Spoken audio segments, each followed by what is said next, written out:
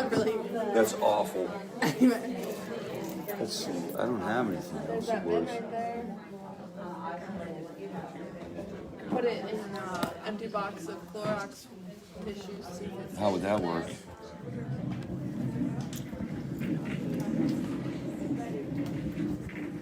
I'll just hold it the whole time. Live. No, I'm not going to hold it the whole time. See if that works. Well, how would that It's work? like it's not even. How big is it? Too wide? Yes. Too thin?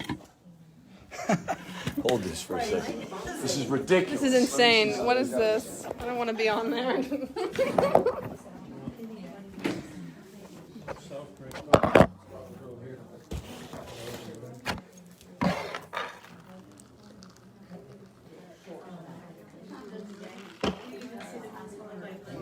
This might work. Right? Theoretically. How do you want it?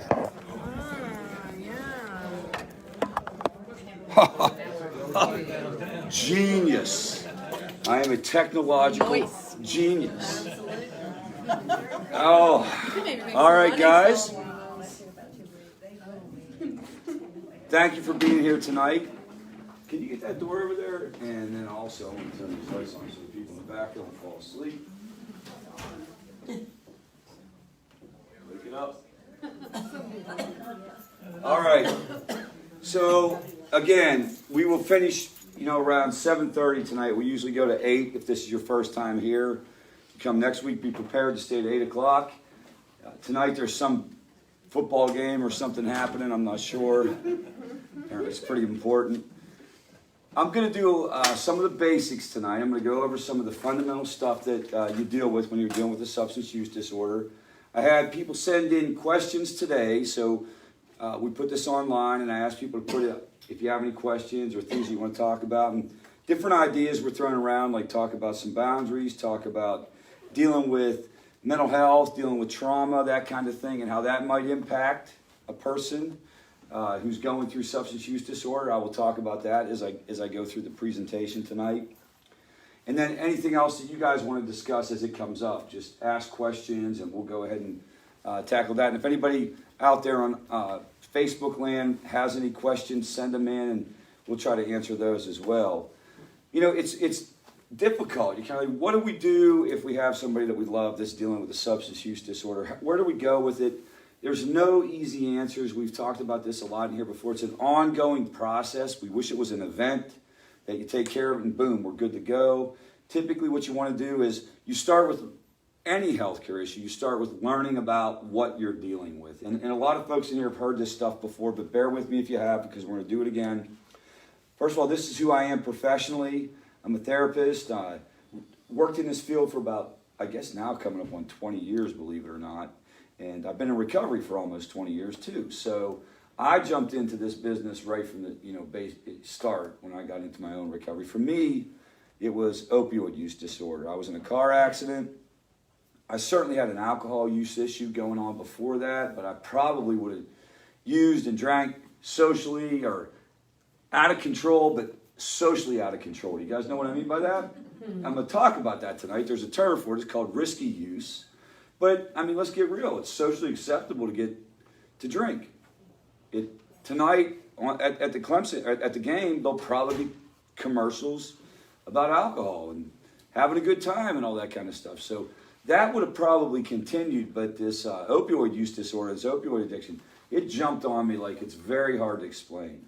And what I've come to understand is different substances affect different people in different ways. It's not a one-size-fits-all proposition by any means.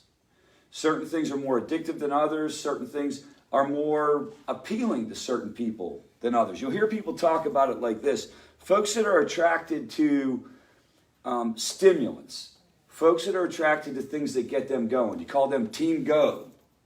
Folks that are attracted to things that slow you down, you call them team slow, right? And now, are there some people that will use anything? Absolutely. But for the most part, what you'll find is people gravitate towards certain substances The terminology for that is drug of choice, if you've ever heard that. It's not the greatest because is it really a choice?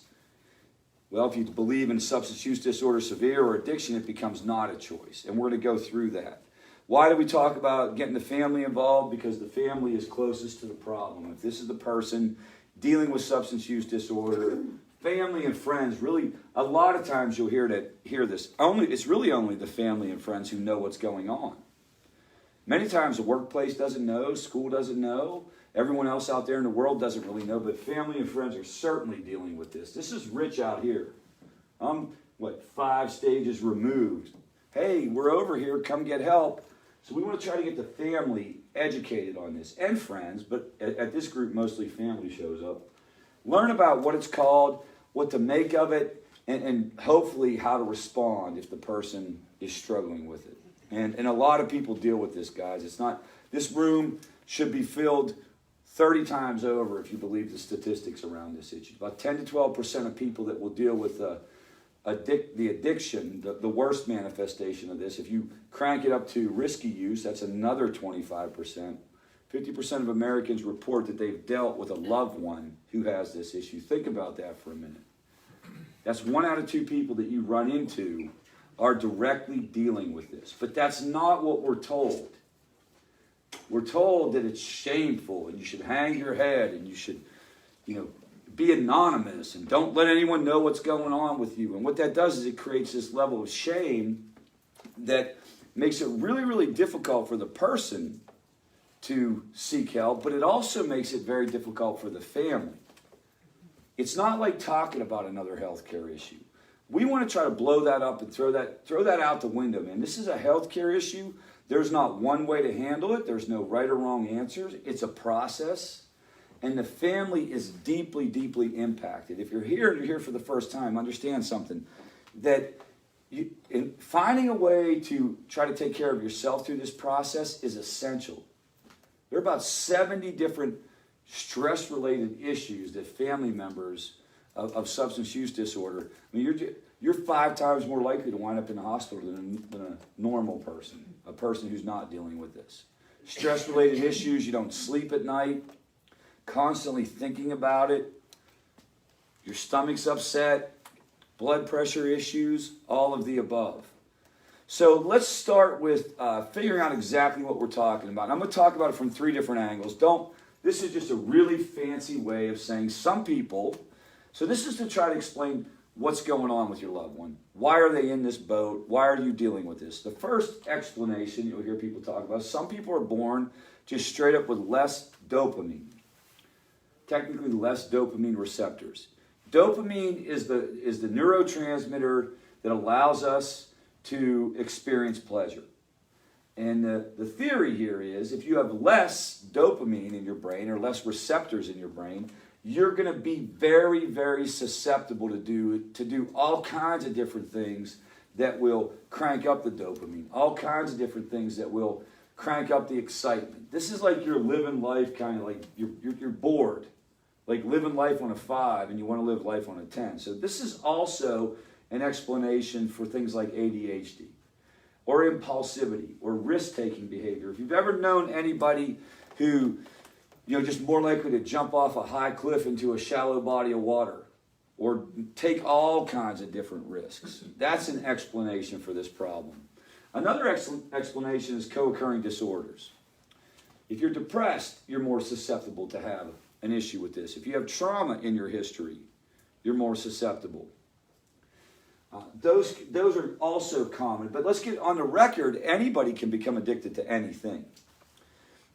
People throw the word addiction around quite a bit. People talk about like food addiction. People talk about gambling addiction. People talk about shopping addiction, which I think is just an excuse to go buy things. It's a little bit of a joke, sort of not a joke. I don't know.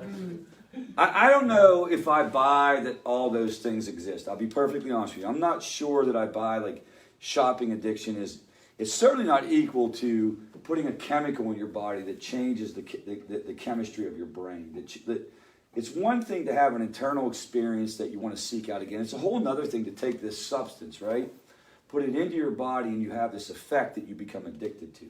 or dependent on, or whatever label you want to put on that. And that's why I think that we have to be careful when we throw the word addiction around too much.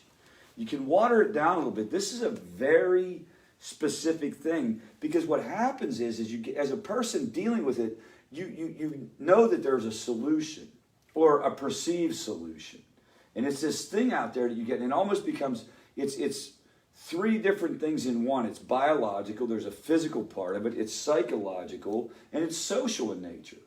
It has to do, that's what makes it so difficult for people to manage this and move through it. Now here's what we know. We talked a little bit about this. A lot of people use substances. This is just the straight up percentages of people in America who report different things related to substances. This was done by Columbia University. So a lot of people, this is folks who've never used at all. A lot of folks, no current use is a little bit misleading. Like they will use, it's occasionally, this person maybe Christmas, New Year's, that kind of thing. Non-risky use, it's a little bit more regular, but it hasn't become a problem. People really aren't worried. Now this is where it gets very complex or problematic. Risky use versus addiction. Risky use is usually the family is noticing stuff. And maybe even coworkers are noticing it. There's something going on at this point that has people worried, but it hasn't necessarily crossed into addiction. Addiction involves a brain change. Addiction is the most serious manifestation of this issue. It's good that you're here regardless of where your loved one is in the process, because like any other part of any other healthcare issue, the sooner that you intervene, the better, right?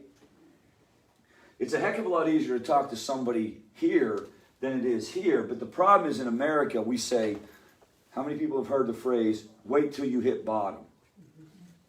You have to wait till you hit bottom, and then you have to come see Rich, and Rich will tell you exactly what to do.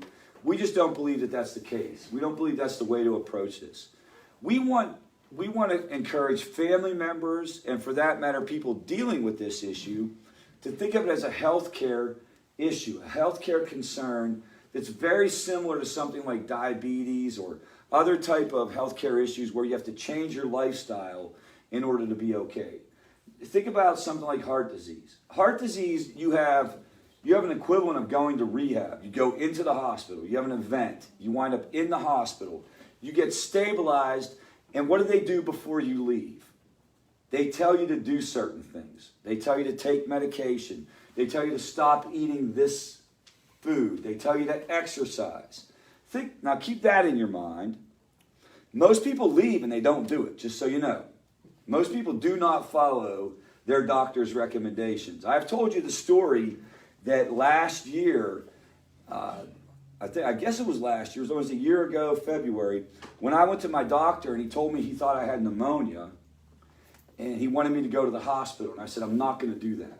I'm not going to do that. And so we argued back and forth, and I'm not going to the hospital. And he said, well, okay, all right, then you got to go straight home. And I said, okay, I'll go straight home. But I got into the parking lot, and where do you think I went? I went to favorite Greenville just because I had to grab one thing, right? And then I think my daughter Elizabeth found out about it and told my wife, and I got in trouble, which was also very similar. So our families get mad at us for not following those rules either. If you've ever known anybody who's dealt with diabetes, family members get mad because they don't. Now, addiction, think about it. Same exact thing. You go into rehab or you go see a therapist, or even then you go to the hospital, and what do? They tell you to do certain things. When you leave here, you better go see a therapist. When you leave here, you better go to a meeting. When you leave here, you better take your medicine. Most people don't, and then it relapses in that area too. It's almost identical, guys. This is why we want to talk about it different so that we don't wait till people are over here. By the time people get to the worst manifestation of this issue, it gets harder and harder to talk to them. And I'm going to explain to them what that's all. I'm going to explain to y'all what that's about. It gets very, very difficult to reason with a person who's deep into this. I don't know if you've, by show of hands, if you've ever tried to do that. It can be extremely frustrating. Agreed? It's up is down, black is white, left is right. You can argue all day and you're going to get really, really, you're not going to get anywhere. And that's because it's become something other than just a choice. And that's where I think people really, really get puzzled, is how do we get to that particular point? What are the contributing factors? Why do certain people become addicted? Other people don't. Well, first of all, we can't, that's just the way it is. Some people eat the wrong way and don't become diabetic. Other people become diabetic. I mean, we all have somebody in our family, some uncle that we can talk about that, drank Jack Daniels every day, smoked Winston's and hammered Big Macs and lived to be 130, right? You can't say that there's a guarantee on any of this stuff, but these are just the risk factors. Interestingly, the number one is age of first use, without question. It gets confusing because a lot of people think it's all about, is it in your family? It's not. That's not really the number one predictor. That is a predictor, but the number one is how old are you? I started around the age of 14. That's too young. Plain and simple. Your brain is not ready to be flooded with these chemicals. And so can you push it back? Push back age of first use, 18, 21. Second is genetics. It's about 40 to 60% more likely. It does run in families. Environment means availability. Who are you around? How easy is it to get? Of course, the type of substance has a lot to do with it. How long you've been using has a lot to do with it. The longer you've been using, the harder it is to, kind of figure out. Substance specific. You got to be careful. You'll hear people say a drug is a drug is a drug is a drug. It's not the case at all. Certain substances are much more addictive than other substances. And then in terms of how about recovery, how's that work? There's a whole list of things they call recovery capital. That's like, do you have family support? Do you have the ability to get to meetings? Do you have insurance? Gender has a lot to do with it. This recovery thing is more tailor-made for men. I mean, I'm probably going to get in trouble for saying that because people want to, it's just not the case. It's heavy on the male side, and then age. The older you are, the easier it is to get into recovery. Anybody want to take a guess on why it's easier the older you are? It becomes, so think about being 21 and trying to do recovery and how difficult that would be. At 21, for example, the night just begins at like 10:30. That's just like when you start going out when you're 21. And when you're my age, you've been in bed for an hour by the time 10:30 is, right? So it's just more socially appropriate to back off of these behaviors. Nobody wants to be like the 50-year-old dude at the club, right? Hanging out with the 20-year-olds. It's a social process. And if you look at the terms of what's the average age when people get sustained recovery, it's mid-30s. Now, the problem is, in today's world, depending on what you guys are dealing with in your family, the substances have changed. This is really the kicker with this whole situation that we're dealing with now in America. The deal is that whole around the age of mid-30s, you can't wait till the mid-30s anymore because these overdoses and different things being put into the drugs and stuff like that, it's a whole different ball game. It's almost like we have to redefine the process, guys. That's why it's so important for family members to learn about this.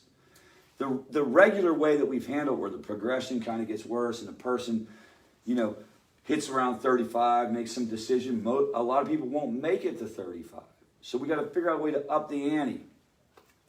This is the criteria. We talked about this before. Tolerance, more and more to get the same effect. Withdrawal, when you don't have the substance, you're sick. Craving and preoccupation. You think about it all the time. Excuse me. It's like, this is a misleading term. Craving and preoccupation, it's more like an obsession, a constant obsession around the substance. Can't control. I was going to drink 4 drinks, but I wound up drinking all night. I didn't come in until 2 days later. This one around control is an important one. You'll hear a lot of people, this is really, really important when it comes to alcohol. One of the things at Favor Greenville that we believe we need to do different is, it doesn't even have to be about total abstinence whenever you come to Favor Greenville. For us, it's about how is this impacting your life and what do you want to do with it? And a lot of people will say, I want to cut back on my alcohol. And that's a really good place to start. That's a really good place to start. If you say, I was drinking every single day and I was drinking 6 drinks on average, but I'm only going to drink 3 times a week and I'm only going to drink 3 drinks. Do you guys see what's going on there? But then the even more important part is to see if you can stick to it. Because if you can't stick to it, now we have something we got to talk about, right? You have your own personal goal and you can't stick to your own personal goal. Now the problem with this is this gets really weird when you start talking about other substances though. Like, I'm not going to sit up here and tell you that there's a acceptable amount of heroin that you should be doing each week, right? there's no like part of the conversation that goes there. I guess in our world today, maybe marijuana would fall into this. Marijuana, but do you guys get that challenge right there? So one of the things that I would recommend, if your loved one is dealing with alcohol, is to try to find a way to get them to either the favorite groups or to this group to hear this, because one of the ways that a person can immediately start to improve their life is to say, I'm not going to quit, but I'm going to try to back off. Because at the very least, first of all, if they do back off, they're going to start to feel better physically. And then the second part is if they can't stick to that, then they can start challenging their thinking. Can't cut back is along the same lines as can't control. So can't control, I guess I'm saying a little misleading. Let me do this over. So can't control would be I'm going out and I'm only going to drink 4 drinks, but I drink 20 drinks. This would be I'm going to back off and I'm only going to drink on the weekends, but I wind up drinking every day. You guys get that? I feel like I did that poorly. Yes, sir.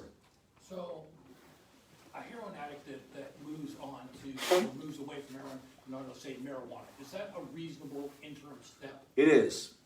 It is, absolutely. The question was, what if a person moves off of opioids and moves on to something else?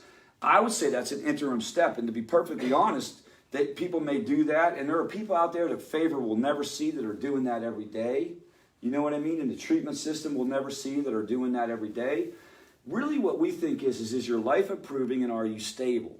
And now if a person jumps off of opioids onto marijuana, but it blows up their marriage and they get fired from their job and they get all kinds of problems around marijuana, then that's also a problem. But in terms of harm reduction and safety, absolutely. We have that happen all the time. All the time you'll hear a person say, I'm gonna try this and I'm gonna stay off of this dangerous stuff and I'm gonna use marijuana. Now the first thing, marijuana is not safe. Let's go on the record. It's safer. You know, like a gun, well, a knife is safer than a gun.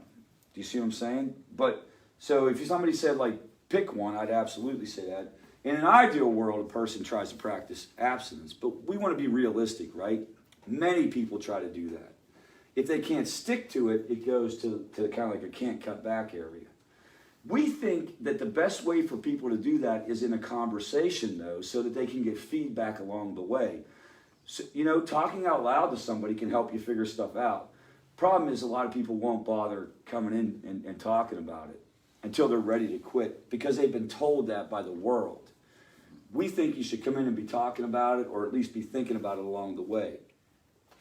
Interpersonal issues, people are angry with you about the issue. Avoid non-using activities. You only want to go to the party. Great deal of time spent. It's a full-time job. Use despite physical and psychological dangers. Maybe you were told that smoking marijuana doesn't mix well with depression and it makes depression worse, but you continue to use. Physically hazardous situations, drinking and driving is a really good example there. Role failure, don't go to work, don't go to school. If you meet 6 of those criteria, you meet the criteria for addiction, quote unquote. Substance use disorder severe is the technical terminology. The problem is what though? The problem, a couple different problems. One is the person can deny this. You can explain this away a lot of different ways. The second thing is there are a lot of people who won't deny it, but they'll still say, I don't care, whatever. Do you get the difference between the two? One, you hear the word denial get thrown around a lot. Rich is in denial. He won't do anything about it. Well, maybe not. Maybe I know that I have a problem with alcohol. I know I have a problem with pills. I just don't want to change. Do you get the difference between the two? And it's real important for families to understand it because it's 2 different conversations. I don't have a problem, you do. Well, I do. And if you're thinking about as a family member, and we believe that families have to be empowered, you guys, unfortunately, for better or for worse, in today's world, you are at the front end of this, and you almost have to become like a de facto case manager for your family. So, you know, basically, if it's denial, what would be the solution if it was denial? What would help a person if it was denial? Just straight up education. The theory would be give a person enough information and they'll realize what's going on. But I'm telling you, it's typically not just denial. Many times it's like, hell yeah, I got a problem.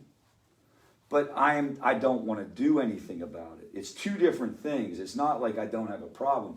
And I would argue many times, even when they tell you they don't have a problem, it's actually just that another way of them saying, I don't want to do anything. Especially here at Favor, because by the time people get to Favor, it's pretty clear. Now, if you were doing earlier interventions and we were getting in there earlier on this continuum, if you're here, then you could get denial if you're at risky use. But when you cross the line over to here, do you guys all understand that? Mm-hmm. Yes. Is it always a matter of willingness to do something about it?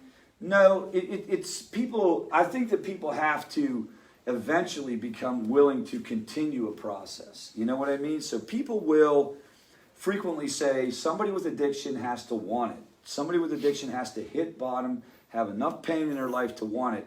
That's exceedingly misleading because none of us want it. Nobody wakes up and says, today's a good day to go to rehab. What's going on today? Well, it's Monday. I think I'll go to rehab. It's always what? Family pressure, work-related pressure, legal systems. You know, I'm going to lose my job if I don't get better. I'm going to lose my wife if I don't get better. That's what gets a person in. Now what happens for people who wind up kind of recovering, if you will, is they stay around long enough and they stay engaged or they start to make changes in their life that then they start to want it. You know, eventually it kind of kicks in. I don't know how else to say it. Like the process kicks in.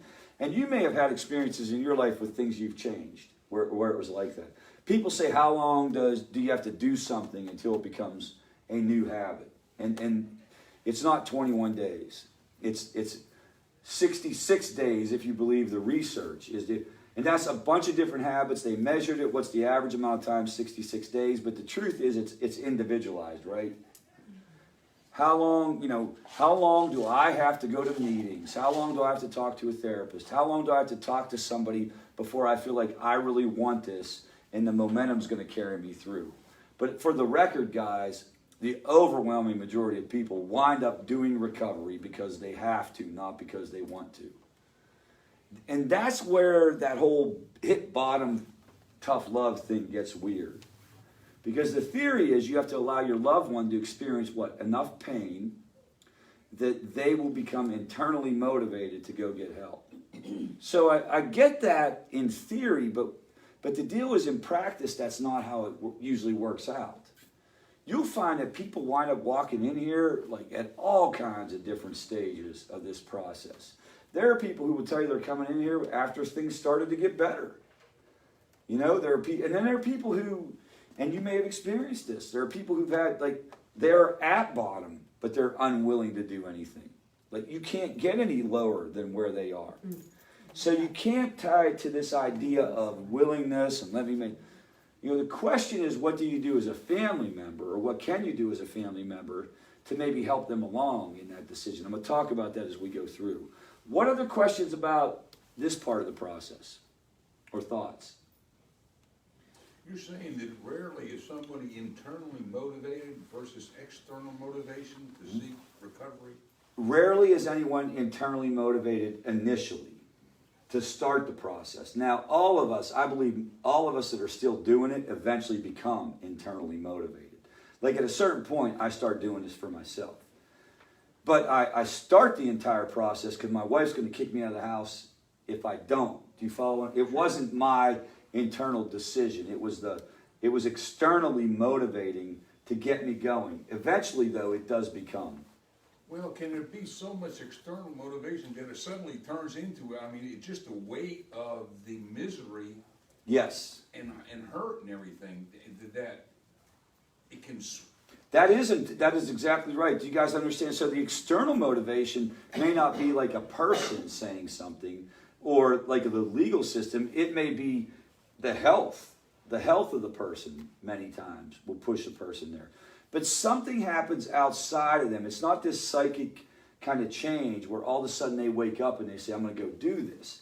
Now, I should say that I'm not going to say that never happens, but that's not the common experience. The common experience is things start to fall apart. Things start to go down the wrong trail.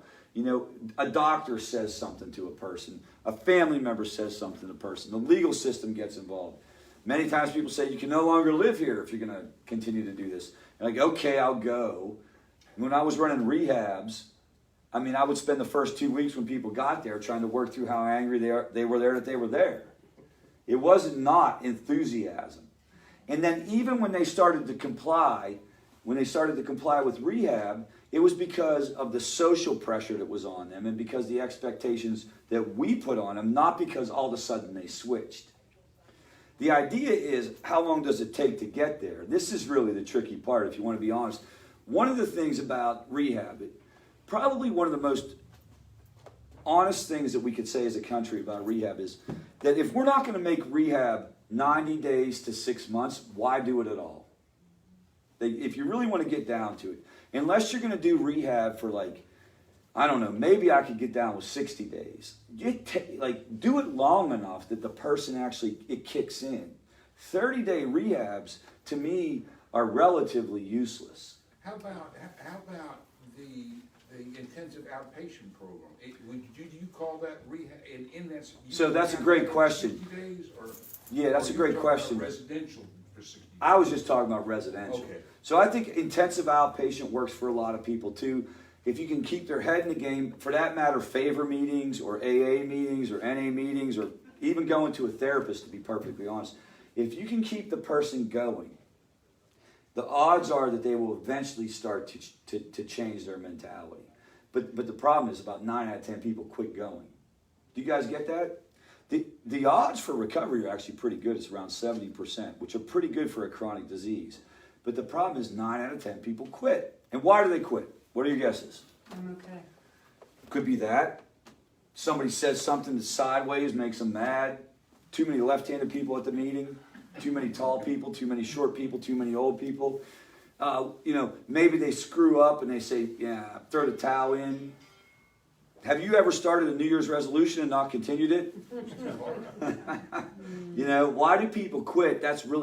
We believe that places like Favor, there should be like a system in place. Now, we can't do it here for everyone. We do it for folks that we connect with through the hospitals.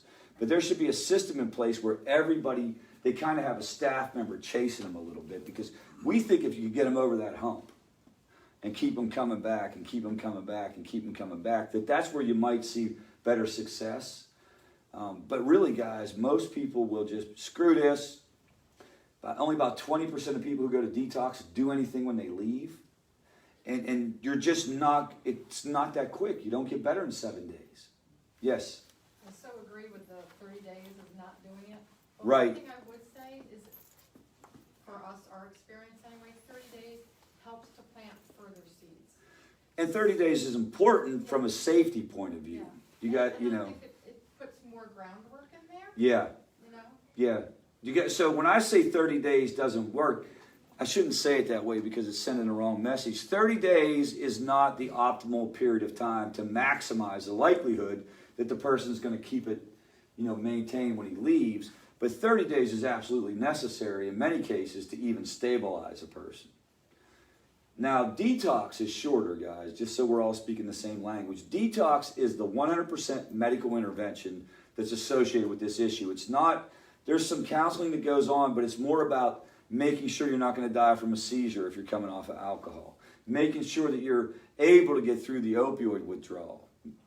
Benzodiazepines, you can die from a seizure. That's a medical intervention. Really what they're doing is they're taking your vital signs, making sure you're okay, giving you medicine to try to make you comfortable.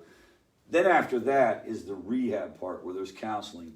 The longer the better. The longer the better. We can all agree to that. And again, this is, yes, sir. Rich, but how would you say the effectiveness of, like for instance, my daughter just got out of 30-day residential. Now she's in Oxford House. Yeah. Doing the intensive outpatient treatment. Sometimes it's impractical to think that some people, if you don't have insurance, you can't. No, you're right. Listen, 30 days is a ton. You're right. If you haven't got insurance. You're absolutely right. So 60 days and 90 days is really, unless you have insurance, it's not very practical. But how good an alternative is the intensive outpatient? It's a good alternative. It's a step-down alternative. It's a good alternative right even without going to rehab. Don't get me wrong. Like, you can go. I'm talking about just on, if you look at just the massive number of people, 10%, 12%, 15%, whoever will engage in that will absolutely benefit from it. This is what's wild about the addiction treatment world, or the issues with this. Everybody's saying, like, we don't know what to do. It really isn't a matter of what do we do. This stuff will actually work. It's a matter of people don't do it.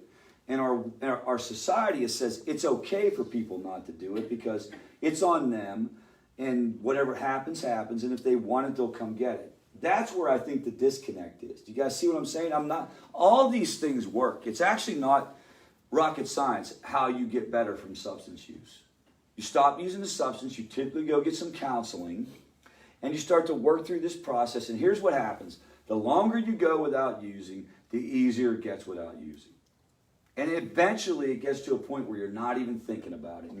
I don't think about drugs and alcohol now. It's not an issue in my life like it was year one when I had to be conscious of where I was going. Was I going to be around alcohol? What was it going to be like? Who was going to be there? It's not like that anymore. It's literally like a non-issue. Yes? How much does depression have to do with it? So depression and all co-occurring issues. The question was, how much does depression have to do with this whole process? All the mental health issues and trauma alone make it more difficult for someone because the payoff is higher.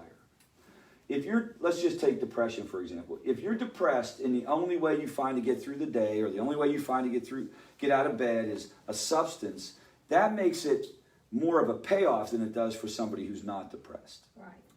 And remember, what's interesting about depression is, especially with opioids are like, it's very misleading when people say like opioids take away pain, because what they don't understand is opioids take away all pain, guys.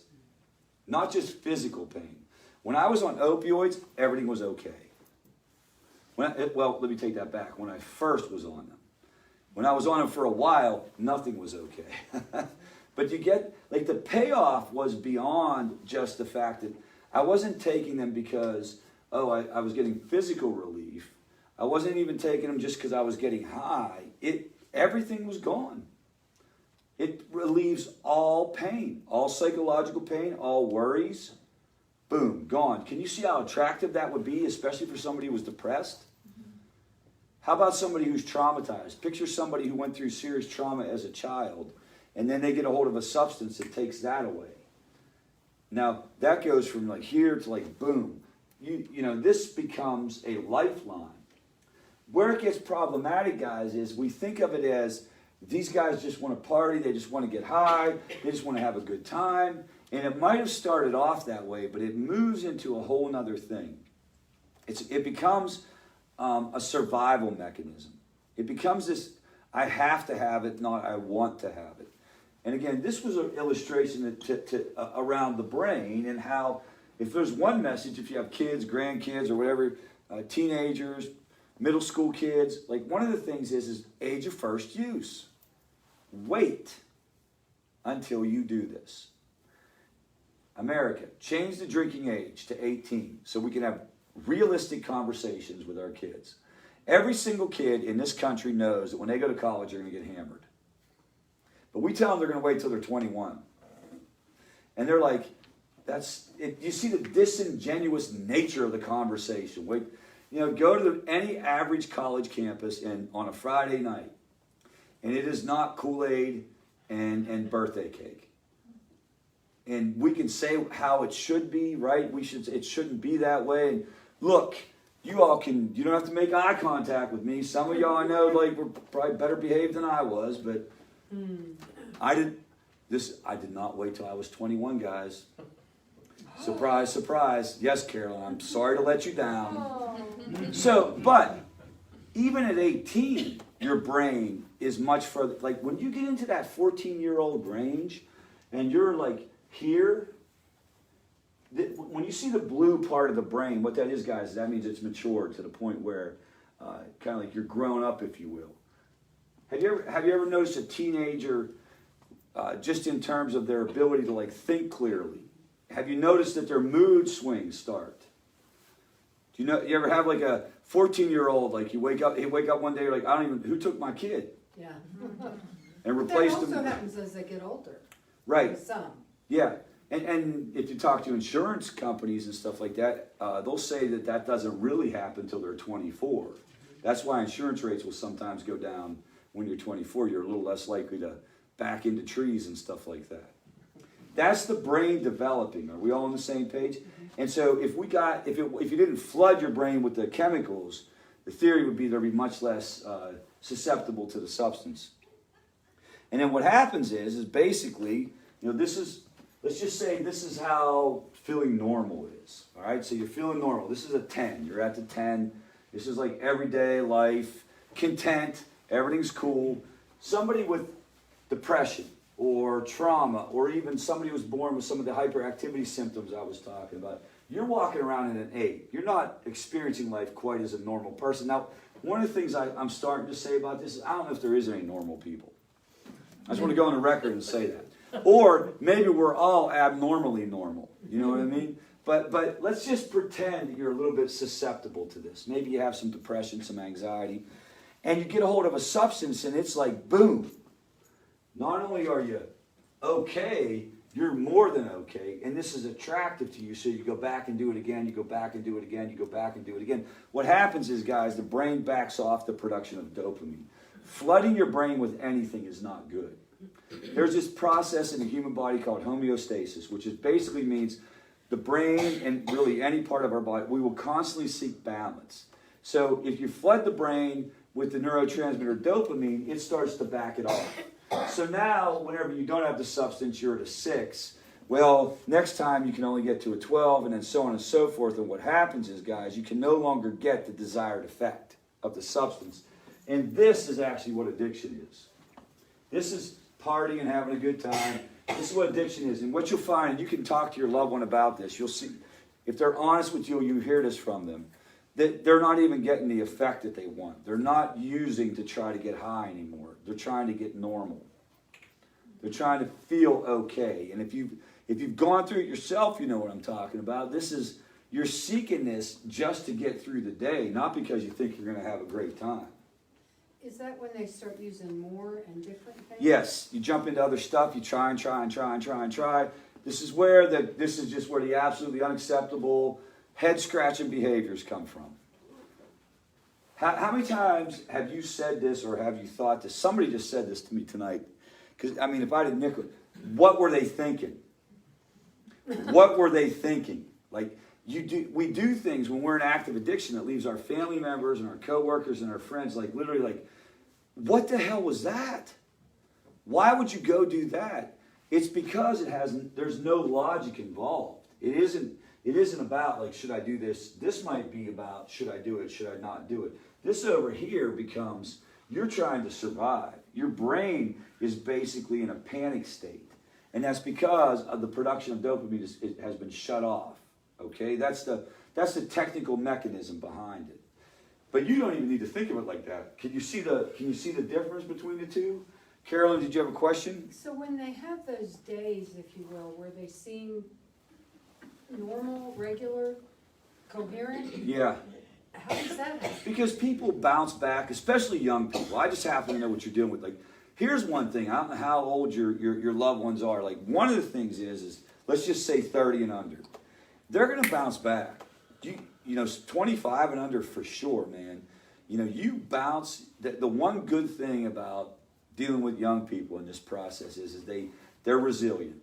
Because we'll have like a day where I'm like, Yeah. wow. that Yeah, was a you good bounce day. back quicker, but And then- a 50-year-old's not going to come back online like that. I mean, do you guys understand this part? I've had this conversation where, like, you're getting too old for this, dude. At some point, you got to hang the cleats up. You reminded me of, like, Emmitt Smith when he played for the Arizona Cardinals. He should have quit when he was at the Cowboys. You know, you had a good run. It's like anything else. The human body starts to get to the point where, so you'll see, like, that's called progression. How many people have heard the term progression? Where if it keeps going, you're not going to bounce back. It's not going to happen one day later. This is actually the brain coming back online. So this is the depletion of dopamine. You can see the yellow is dopamine. And you can see the person is depleted. Well, this is 100 days later and you're starting to come back online. The good news is you do get better. You do get better. It's not a permanent condition. It's not like a brain injury. And the terminology of like you're killing brain cells is not true. It has nothing to do with brain cells. So you can recover. It's just you got to stick in there for a while. You can get to a point where you will not be thinking about the substance. But your loved ones don't believe that. They might intellectually believe it. They might intellectually believe that, hey, I'll be okay. But deep down inside, they think that they're going to be walking around with this constant nagging thing in the back of their head. Go get it, go get it, go get it. And you're going to have situations that are going to blow your mind, because another topic that was sent in was, what do you do after a person's been stable for a while? Maybe they go to rehab and come out and they're doing okay. But then, maybe seemingly randomly, all of a sudden they're using again, right? That's a very strange thing for family members to try to understand. Why would you do this to yourself again? And the reason is, guys, first of all, it takes a while to get out of the woods just from a neurobiological standpoint. The second thing is you have to manage these things called triggers. How many people have heard the term trigger? Okay, triggers are what? Anything that is around either emotionally or environmentally that can trigger this thought or this desire to use. And in our world, this is why alcohol is the hardest thing to quit. Because why? It's everywhere. It's just, you're going to go to the grocery store and you're going to get triggered. You're going to be watching a game tonight, you're going to get triggered. That's not going to happen with heroin. You're not going to be at Publix and you're walking down the aisle and be like, 2 for $1 on bags of heroin. It's just not going to go down that way. So, and what happens is all that information comes into the person's, realm of awareness, and it's like just back there in the back of your head. I don't know if you've ever had a craving for anything, or, I'm sure even you guys have known the right thing to do and done the wrong thing from time to time. What happens? It's banging away at you. It's just there in the back of your head. And the next thing you know, you're going to the bar and you're grabbing, or you're stopping to get a bottle of wine, or you're going to the doctor and getting another, prescription of pills, and your loved one's back at it, and you're like, what is that all about? This is where, to your question earlier about the IOPs, the intensive outpatient programs and meetings and stuff, the deal is stay involved no matter what. Now here we would say stay involved even if you wind up using. Like in our program, come no matter what. You cannot get kicked out of a favor program. You cannot get kicked out of a favor program. There's no such thing as failing out of a favor. And I don't know, I can't understand why there would be failing out of any group anywhere, but I have heard that in certain programs you'll get kicked out if you use. As far as I'm concerned, if you keep coming, you will right the ship. You will get back on track. How about this? We can all agree to this. You will get back on track a lot faster than you would have if you didn't. Amen. Yep. And so you wanted to, so when it comes to that whole, like, he was doing okay for a while, the family's role, if so-and-so's doing okay and they wind up using, becomes very, very difficult. Because they're probably not going to tell you. They're going to try to hide it from you. Why are they going to try to hide it from you? Because they just don't want you to be, don't want you to be disappointed. I mean, what's that? Just don't want to hear it. They don't want to hear about it. They don't want to quit using. So it goes from like a lapse to this full-blown, all-out problem.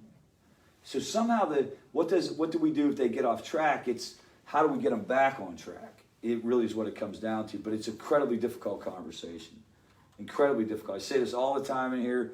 19 years later, if I go home after having 5 or 6 beers tonight, the lovely Mrs. Jones is not going to be happy. She's not going to say, oh, it's just a slip.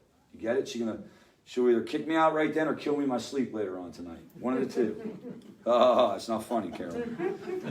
Who's going to run favor if that happens? Yes. So, does anybody have any thoughts that they would want to share on that? Because I think that, first of all, that's one of the most common questions. What do we do if our loved one uses again? And there is no good answer. Yes? Well, I was just going to say my experience has been, over the last few months, my family members have gone through the physical withdrawals. They've gone past the 100 days. Okay. But there's still been some slips. And when I would ask, why, they'd say, well, we just want to feel normal. And I'd say, well, how do you not feel normal? I mean, Yeah. You don't have the physical withdrawal symptoms. And they said, well, we just don't want to be depressed. And then, It- and pushing it a little bit further, it's the guilt and the shame and that they're trying to feel normal. And, you know, it's probably, I don't know that it helped any, but, you know, what I just said is, but that is normal. Yeah, but that is, I mean, yeah. that is Everybody normal. does that. I mean, when you're in recovery, you're gonna have guilt, shame, regrets. That's normal. You're just gonna have to figure out how to deal with that, how to work through it. Well, the truth And is, that's where meetings and things come in. the truth is, if you're going to do life, you're going to feel guilt, remorse, We all and have that. you know, anxiety, That's depression. fine. That's Here's fine. the problem. The problem is, they especially at that stage, like 100 days, you can even make an argument 6 months, even a year. Your brain is not 100% back yet. You still don't know how to deal with that because you haven't dealt with it for so long. You don't have the coping skills, and you don't have the perspective taking that you would have under normal conditions, because what? You've been putting this stuff in your body for the last how many number of years. You have no idea what to expect of anxiety and remorse and guilt and shame. You just never really felt it because you were either trying to figure out a way to get high or you were high. Now all of a sudden you're not. And it's 100 days in and you can't deal with it. But see, if they're 100 days in, think about this, guys. If they get right back on track right away, they're not back in the full-blown process. They don't have to start all over again. Do you guys get that part? Keep moving forward and you will start to feel better. Like, so for example, I don't believe in counting number of days. I don't think that has anything to do with a person's like recovery progress. Their recovery progress is whether or not they're moving forward in it. Are they staying connected to healthy people? Are they going to their intensive outpatient groups? Are they talking to their therapist? Are they, maybe they have another group totally unrelated to recovery groups. Maybe it's a church group. Are they doing healthy things and moving forward? And I'm incredibly optimistic. I think if people are doing that, they will get better. But think about it. What happens is they step back from healthy people, and what do? Go back to unhealthy people. And you're not going to get better if you're hanging out with people who are all, also actively using and dealing. That's just never going to work. So keep going on this path. But the problem is it can get unbearable. That's sobriety versus recovery, right?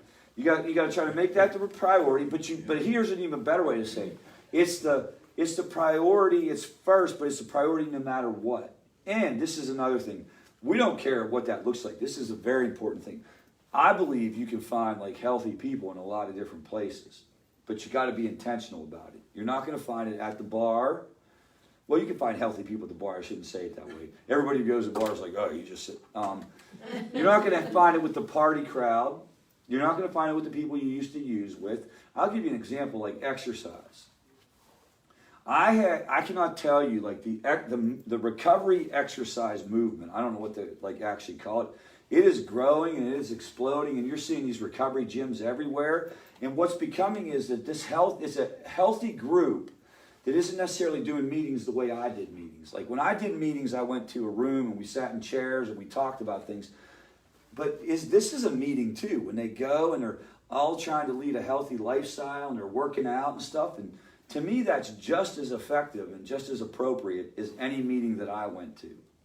You get where I'm like, I don't care where you find that group. Go find that group. And once you find it, grab onto it and don't leave.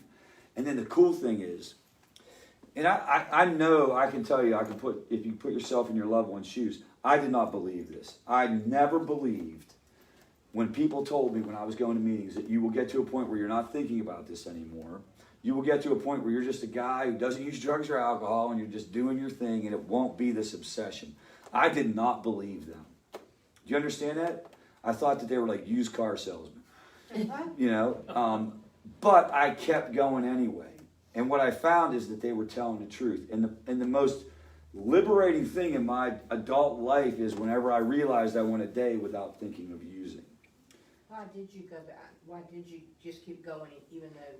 Because of external pressure. External? Okay. Because I was convinced that my wife would kick me out. If you want a specific, I was convinced that it would end my marriage. For whatever reason, even though she had said it 70 times before to you, but I thought for sure then. So I kept going and kept going and kept going and kept going. And then, it's kind of like You realize you didn't think about using today. Now that when you realize it, you immediately think about it, right? But you're like, whoa, like this is getting better. This is getting better. But you got to hold on for it. You got to keep going and keep working at it. How can family members help them? I think you have to know that and understand that. I think one of the things that family members can do is almost just like echo what I'm saying.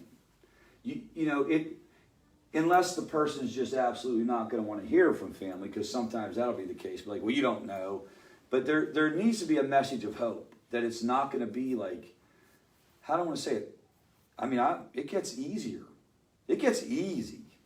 I will never use drugs or alcohol again. And it's not, I'm just different. Does that make sense?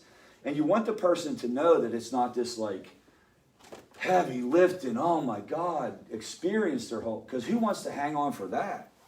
They're sober, but they're just white knuckling. Yeah, and who wants to do that? Like, but the problem is you also, this is what I wish I could look at your loved one or anybody and say it'll be 100 days or it'll be 60 days, because people would say, I can hold on for 60 days.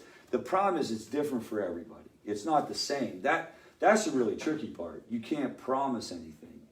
Do you guys get that? If you could promise it, I believe a lot of people would hold on. Yes, sir. I'm Dave, and I'm an addict, and I would say I've been in recovery for about 400 plus days, a little over a year and a half. And when I've slipped,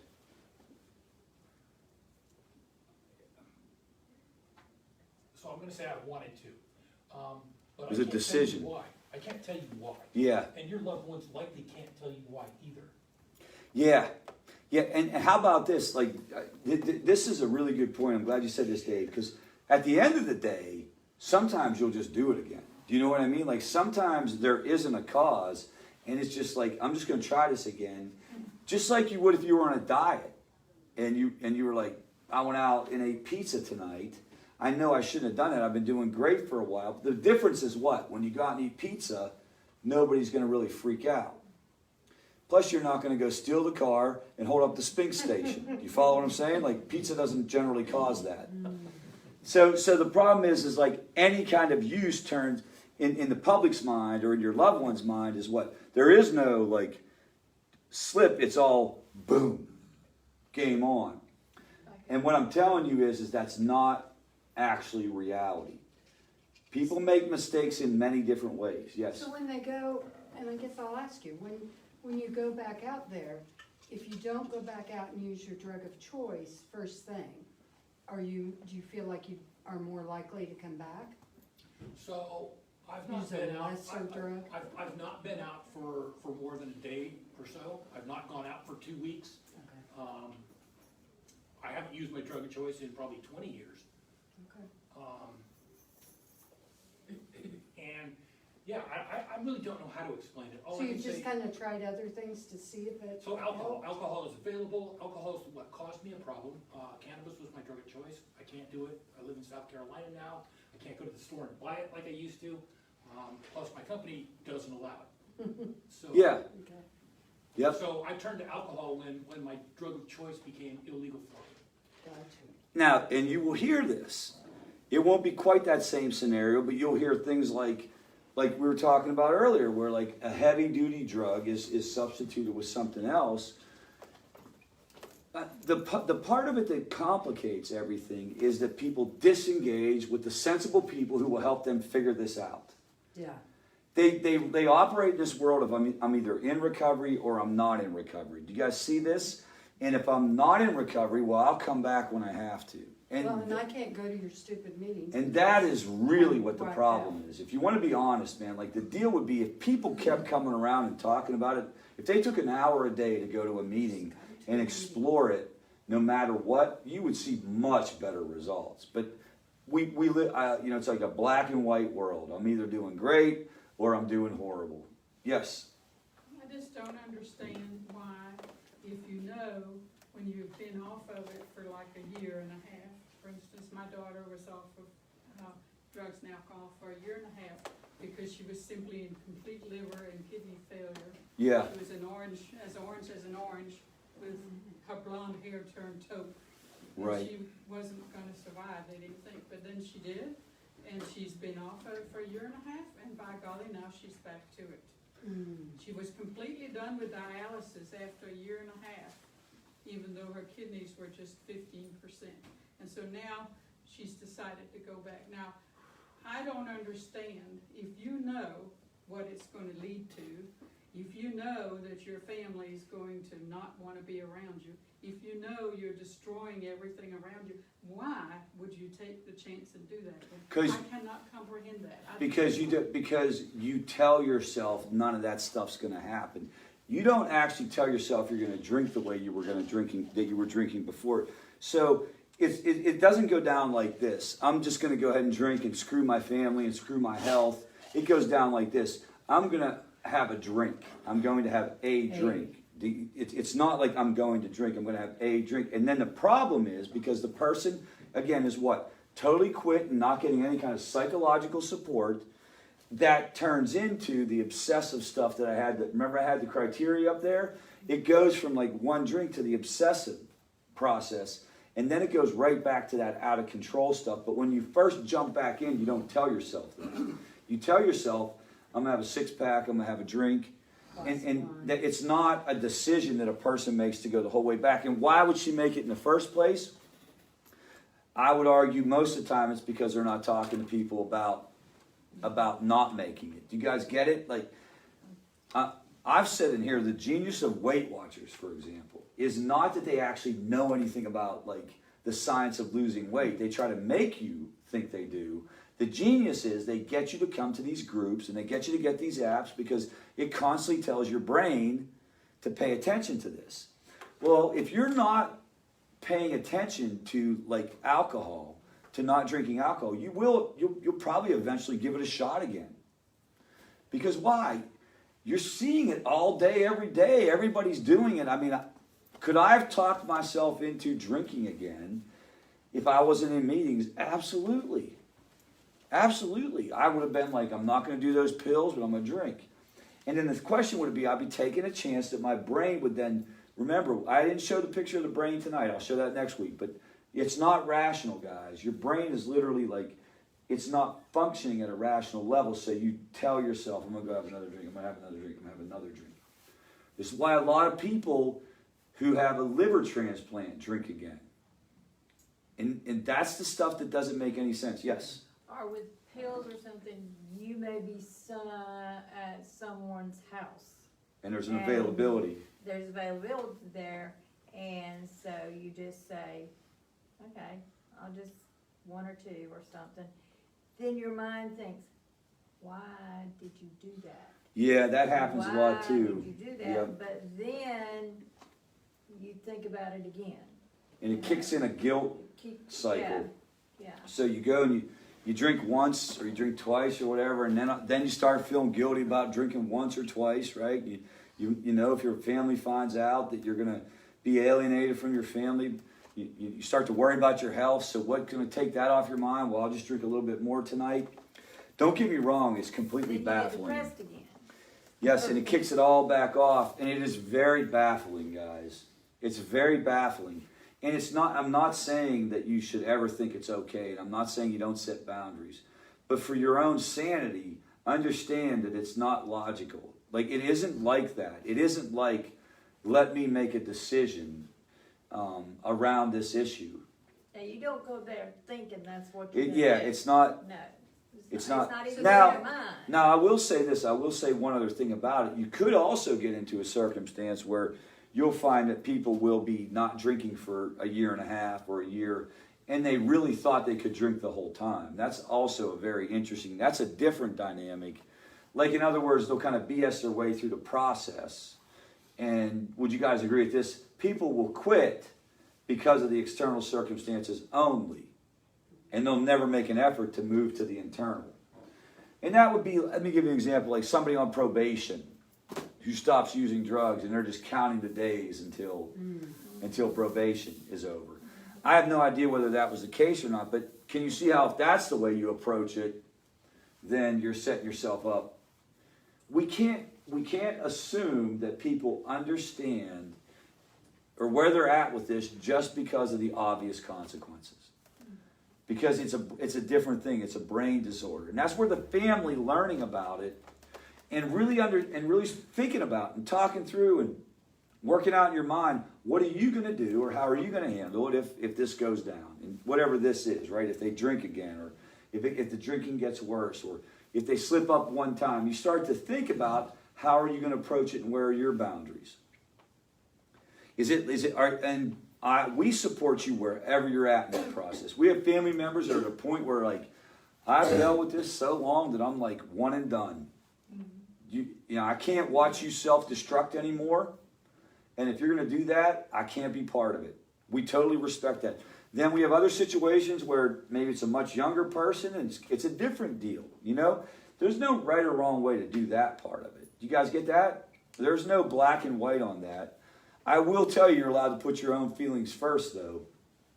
You are allowed to put yourself at the top of the list in terms of how do I need to do this. If I need to say I can't talk to Joe or I can't talk to Sally because every time I talk to them, I find myself crying for a week, you know, or I don't sleep, and I need to set a boundary, we 100% support that. Do you guys understand that? You're allowed that.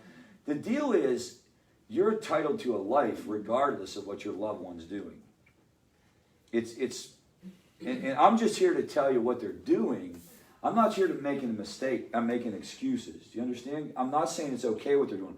I'm just telling you it's something different than I just woke up today and I want to ruin mom and dad's day.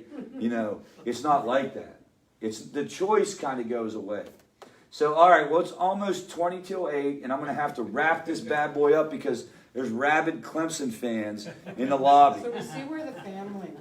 What's that? I said, we see where the family ranks. Yes, we see where it's at. Right below I mean, those Carolyn, come Clemson on, fans. man. Favorite Greenville meets you where you're at, except when Clemson's involved, apparently. But we'll be back here next week. Next week, I won't do a lot of the basics because I want to move into some of the stuff we didn't get to. I'll talk more about team and boundaries next week. But thank you very much. And if we can get a second, we're going to close this thing with the serenity prayer, please. Can I get a moment of silence for those still suffering with this disease and for the family members brought into this no choice of their own, followed by the serenity prayer. God, grant me the serenity to accept the things I cannot change, the courage to change the things I can, and the wisdom to know the difference. All right, thank you very much, guys. Go Tigers! Go Tigers! Yes. Why wouldn't we be? Why? What is it? Oh, I was planning on working next week. I'll be here. I want to be here when I can because I travel so much these days. I'll be here next week. I know I'll be here. I will be here.